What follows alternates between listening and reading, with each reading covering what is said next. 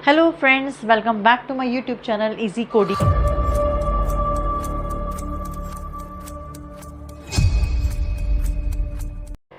जैसे कि last class में मैंने बताया था कि मैं अब आपको टाइप्स ऑफ एरेज डिस्कस करूंगी। तो हमारा आज का टॉपिक है टाइप्स ऑफ एरेज। हम सबको पता है कि 1 डायमेंशन और 2 डायमेंशन एरेज होते हैं। अब बात है कि इनमें डिफरेंस क्या है। बेसिकली जो 1 डायमेंशन एरे होता है उसमें एक सिंगल रो कंटेन करता है और डिफरेंट उसमें हम स्पेसिफाई एलिमेंट्स कर सकते हैं। जैसे कि मैंने यहाँ पर एज 5 मेंशन किया है। एज 5 मीन्स ये हो गया एज नाम का एरे लिया है सिंगल डायमेंशन और 5 उसका सब्सक्रिप्ट वैल्यू है। अब यहाँ मैंने 0 1 2 3 4 तक कंटेन किया है। 0 1 2 3 4 मीन्स क्या हुआ, क्योंकि 0 इंडेक्स से हम स्टार्ट करते हैं तो ये मेरे टोटल 5 एलिमेंट्स कंटेन करेगा, लेकिन इंडेक्स नंबर 0 से ही स्टार्ट करेगा। ठीक है, फिर हम इस पर आते हैं आके सिंगल डायमेंशन की डेफिनेशन क्या आप मेंशन करोगे।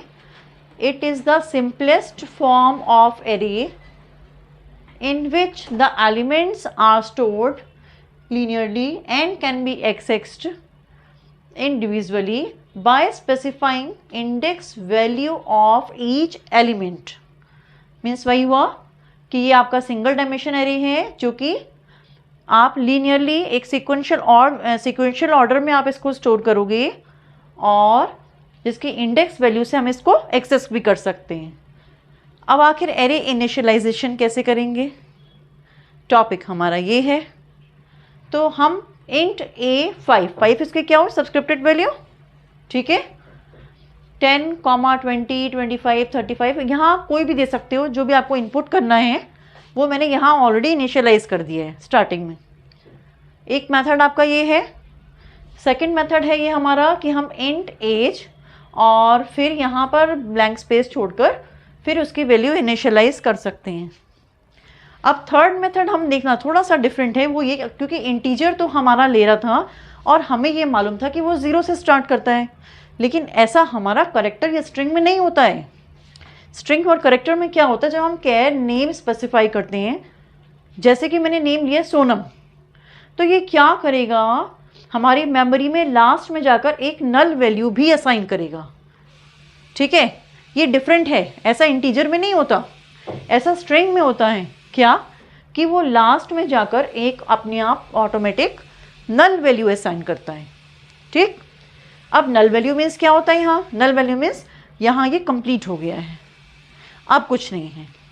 ठीक है, तो हमारा देने के 2 मेथड हैं। एक हमने वो दिया, सेकंड हमने SONAM अलग अलग करेक्टर्स में स्टोर किया है। यहाँ मैंने मेमोरी से रिप्रेजेंट किया है कि आखिर ये सोनम कैसे इनपुट होगा। ठीक है, नल को हम ऐसे डिफाइन करेंगे। ध्यान रखना, जब आप इसकी लेंथ स्पेसिफाई करोगे तो मान के चलोगे कि लास्ट में नल भी स्पेस लेगा। ओके, और अब मैं आपको बताती हूँ कि इसका प्रोग्राम कैसे क्रिएट होगा। अभी तक हमने खाली एरे सिंगल डायमेंशन समझा है और एरे को कैसे इनिशियलाइज करना है वो देखा है, चाहे वो इंटीजर टाइप का होगा और या फिर वो करेक्टर टाइप का होगा। दोनों में डिफरेंस ध्यान रखना कि इंटीजर टाइप में तो हमारा इंडेक्स नंबर 0 से स्टार्ट करेगा, लेकिन करेक्टर और स्ट्रिंग टाइप में वो लास्ट में नल लेगा।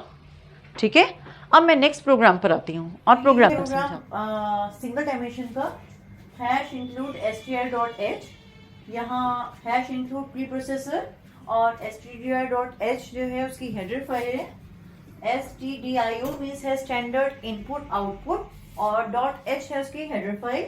ठीक है, मेन फंक्शन में हमने स्टार्ट किया है। सबसे पहले हमने एरे क्रिएट किया, एरे डिक्लेयर किया है मार्क्स नेम का, जिसकी सब्सक्रिप्टेड है 5 वैल्यू। ठीक, मीन्स मेरा ये मार्क्स एरे 5 एलिमेंट स्टोर करेगा। तो मेमोरी में ये कैसे स्टोर करेगा,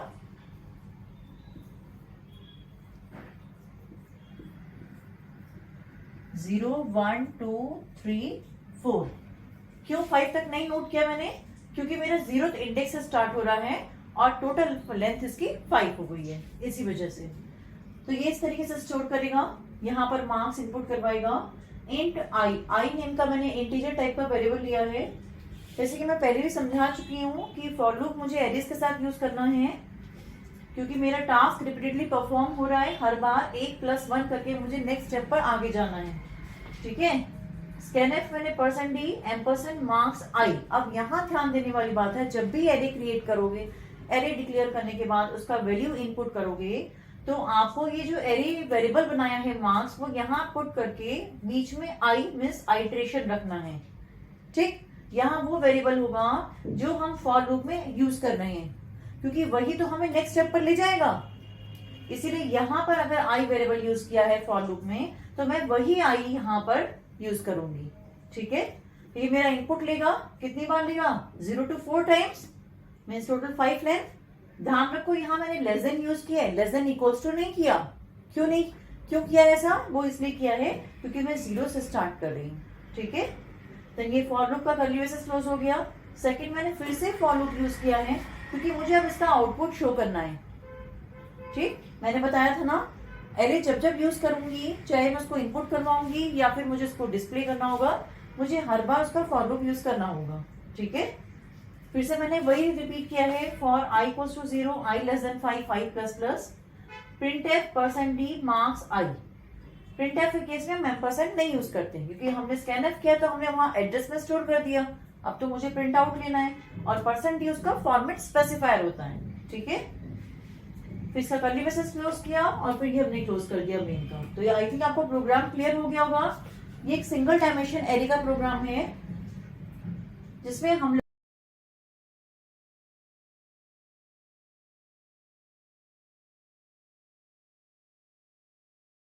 पहले हमने पढ़ा सिंगल डायमेंशन और अब हम ले रहे हैं 2 डायमेंशन एरेज। तो क्या 2 डायमेंशन एरे मीन्स क्या हुआ, 2 डायमेंशन मीन्स हुआ कि यहाँ रोज और कॉलम्स हम दोनों डिफाइन करेंगे। कैसे, ये आपको मैं अब बताती हूँ। जैसे हमने ये एक मैट्रिक्स का फॉर्मेट लिया है, मैं फिर से समझाती हूँ एक बार।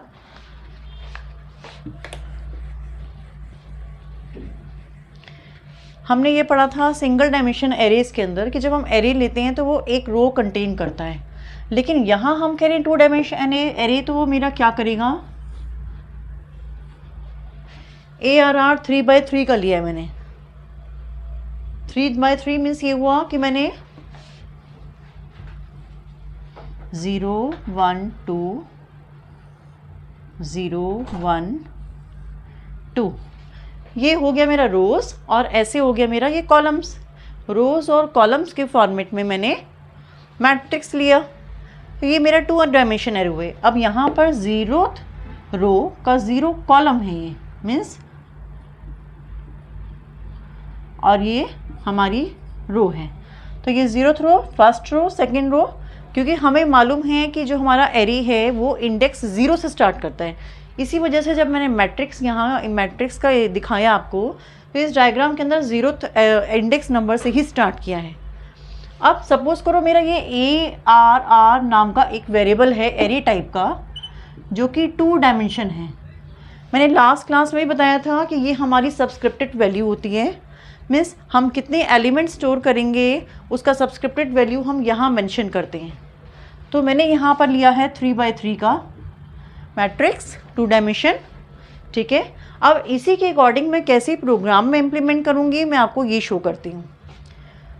इतना आप सबको पता है, #include stdio.h, then int main हम फंक्शन लेते हैं, int ARR 3x3। ये मेरा यहाँ पर क्या हो गया, यहाँ मैंने एरे डिक्लेयर किया है 3x3 का। ध्यान रखना ये हमारा 2 डायमेंशन एरे है। अच्छा, इतना लेने के बाद मैंने 2 वेरिएबल्स और लिए हैं, R और C। R मीन्स रो और C मीन्स कॉलम, क्योंकि हमें मालूम है वेरिएबल हमारा थोड़ा मीनिंगफुल होना चाहिए ताकि हम ध्यान रख सकें कि हम आगे क्या कर रहे हैं। तो मैंने इसीलिए R वर्ड लिया है और C लिया है, R फॉर रो और C मीन्स कॉलम। ये रहा हमारा रो और ऐसे हमारा है column, means 0th column, first column, और ये है हमारा। ठीक है, ऐसे यहाँ हमारी ये रो और ये भी है हमारी रो। तो इतना क्लियर हो गया। इंट ARR 3x3 का मैट्रिक्स एरे डिक्लेरेशन हो गया। Int R and C 2 variables ले रही इंटीजर टाइप के। अब क्योंकि मैंने लास्ट क्लास में तब भी डिस्कस किया था कि हमें एरेज के साथ फॉर लूप लेना पड़ेगा, रीज़न मैंने आपको बताया था क्योंकि एरे में जब हम नेक्स्ट स्टेप पर जाएंगे तो हमें आइटरेशन करना है, हर बार +1 करना है, नेक्स्ट स्टेप करना है, गो टू +1। तो इसीलिए मैं यहाँ पर फॉर लूप से स्टार्ट करती हूँ। आर वर्ड यूज़ किया फॉर रो, सीधी बात है, पहले रो स्टार्ट करेंगे, उसमें डिफरेंट कॉलम्स होंगे। तो सेम मैंने आर 0 से इनिशियलाइज किया है। आर इज़ लेस देन कहाँ तक जाएगा? 3 इक्वल्स टू नहीं लेना क्योंकि वो 0 से स्टार्ट करता है। Okay, then r plus plus, r plus plus means r equals to r +1। ये पढ़ा था हमने। अब हमने क्या किया, क्योंकि ये फॉर लूप हमारा स्टार्ट हुआ है फॉर रो, नेक्स्ट मुझे क्या स्टार्ट करना है इसके अंदर? Inner for loop. Inner for loop यहाँ क्यों यूज़ कर रहे हैं? For column. कॉलम भी तो आगे इंक्रीज़ करना है, जैसे हर बार मेरी रो आगे जाएगी ऐसे कॉलम भी तो मेरा इंक्रीज़ होगा। तो इसीलिए मुझे इनर फॉर लूप की ज़रूरत है। इनर फॉर लूप में मैंने क्या यूज़ किया है? C means column. अगेन 0 से स्टार्ट करेंगे क्योंकि हमारा इंडेक्स 0 से स्टार्ट होता है। सी इज़ लेस देन 3 तक जाएगा। सी प्लस प्लस, क्योंकि ये भी मुझे इंक्रीमेंट चाहिए, हर बार +1 आगे जाना है। अब नेक्स्ट स्टेप हमारा ये होगा कि मुझे इन्हें इनपुट करना है, यूज़र से इनपुट लेना है। तो मैं क्या करूँगी, यहाँ स्कैनएफ लूँगी, %d %ARR। ARR, अब आप बताओ यहाँ क्या पुट करेंगे? R मीन्स रो और C मीन्स कॉलम। तभी तो मेरा हर बार वो इंक्रीज करेगा, नेक्स्ट स्टेप पर ले जाएगा। ठीक है, तो यहाँ इस केस में मैंने एरे इनपुट कर दिया 2 डायमेंशन फॉर्म में। दैट मीन्स मैट्रिक्स के फॉर्म में आप यहाँ पर एरे इनपुट करो, चाहे आपका क्वेश्चन 2 डायमेंशन का आए या फिर आपका मैट्रिक्स का क्वेश्चन हो, या फिर सपोज करो आपको मैट्रिक्स एडिशन या सब्सट्रैक्शन कुछ भी करो, किसी भी केस में आपको सबसे पहले मैट्रिक्स तो क्रिएट करना ही पड़ेगा। तो ये प्रोसेस सेम रहेगा। क्या कि आपको मैट्रिक्स इनपुट तो करना पड़ेगा। अगर एडिशन होगा तो 2 मैट्रिक्स इनपुट करने पड़ेंगे। ठीक है, पर अभी मैं आपको सिंगल मैट्रिक्स में इनिशियलाइज मतलब क्रिएट करके और डिस्प्ले करके दिखा रही हूँ। ठीक है, यहाँ तक हमारा हो गया स्कैनएफ फॉर लूप का। ये हमने इसका क्लोज कर दिया, देन अगेन क्लोज कर दिया। अभी यहाँ तक मेरा क्या हुआ? 2 डायमेंशन एरे क्रिएट हुआ है, लेकिन मैंने उसे डिस्प्ले नहीं किया है। अब डिस्प्ले करने के लिए मुझे फिर से यही प्रोसेस रिपीट करना पड़ेगा। क्या? अगेन फॉर लूप, वही जैसे पहले था, r equals to 0, r less than 3, r plus plus, और फिर से एक और फॉर लूप यूज़ किया मैंने c के लिए, c प्लस प्लस, और यहाँ पर हम उसको कर देंगे प्रिंट एफ।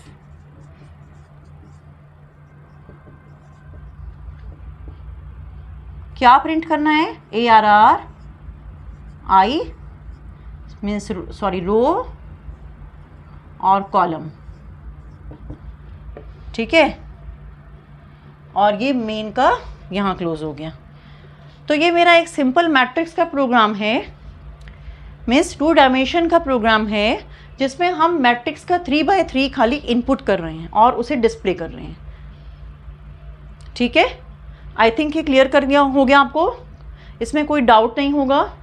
यहाँ ध्यान देने वाली बात क्या है, जब भी आप 2 डायमेंशन एरे क्रिएट करोगे तो आपको मेन क्या ध्यान रखना है? फर्स्ट कि हमें रोज़ और कॉलम दोनों चाहिए।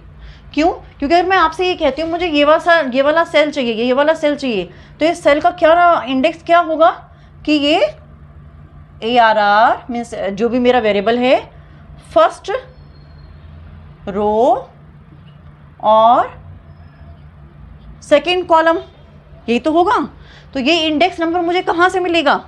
जब मैं रो और कॉलम दोनों लेकर चलूँगी। इसलिए 2 डायमेंशन एरे केस में और मैट्रिक्स के प्रोग्राम में आपको रोज़ और कॉलम्स दोनों लेके चलने हैं।